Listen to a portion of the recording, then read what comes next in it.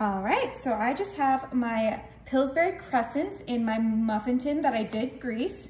Now I'm gonna go ahead and grab some no-bake cheesecake filling. This stuff is so delicious. You can find it at Walmart next to the cream cheese. And I have this big scooper, and we're gonna go ahead and grab some of that delicious no-bake and put it right into our crescents, just like this.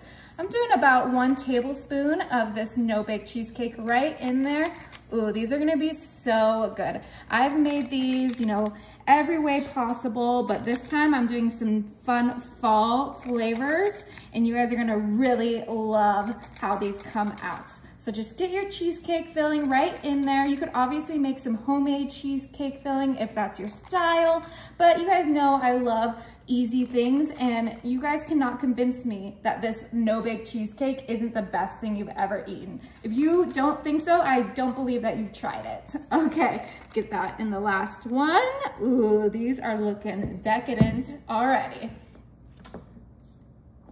Now, like I said, we're gonna do some fall flavors. So I have some 100% pure pumpkin, and you could use like the pumpkin pie filling, but I think that cheesecake filling is already sweet enough, so I just did the pure pumpkin.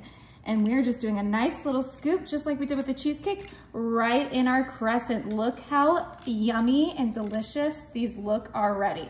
And you can add as little or as much pumpkin as you like. If you are a pumpkin fiend, you can go for it and just do a big scoop, but I'm doing about 1/2 tablespoon because I really want that cheesecake flavor to shine. I want the pumpkin to be a nice little aftertaste. Okay, just get it a little bit in each one. Look how gorgeous these are coming together. I'm so excited to eat these up. All right, beautiful.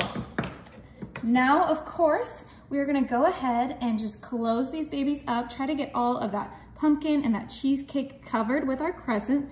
They will expand a little bit, so do not worry if they're not completely covered, but just quickly close them up so that goodness just stays right in there. Oh my, I can't wait to have pumpkin cheesecake. I know it's only August, but I am ready for all things pumpkin. I'm ready for all things fall. I am ready for Halloween.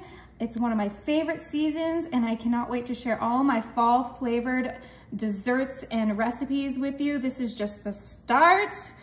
Let's go ahead and quickly get these in the oven because I need to eat them right now. Okay, almost done. Last 2, and then we're gonna top it with something extra great to enhance those pumpkin flavors. Beautiful, and remember to grease your pan, you guys. Now, before we pop these in the oven, I'm just gonna grab some cinnamon sugar mix. This is optional, but I just like that it complements that pumpkin flavor. And we're just gonna do a nice little cinnamon sugar on each one. Doesn't need to be perfect. It's just gonna, you know, bake right into that crescent dough and make it a sweeter dough because crescents are kind of savory and I want this to be nice and sweet. Like I said, it's optional. If you don't want the extra sugar, you can totally skip it. All right, you guys, these are ready for the oven. My oven is set to 350 and they're only gonna cook for like 12 to 14 minutes. Oh my, would you look at these yummy little fall treats? They look so good. And they made my house smell like a pumpkin spice latte factory or whatever you wanna call it. So I'm gonna go ahead and grab one. I did let them cool already. Just kind of use your knife. Oh look, it's gonna pop right out. Woo. Ooh, yeah, that's gonna be good, you guys. Now you could put some powdered sugar on these, but I think with the cinnamon sugar, they're just right. So I'm gonna go ahead and give this a try.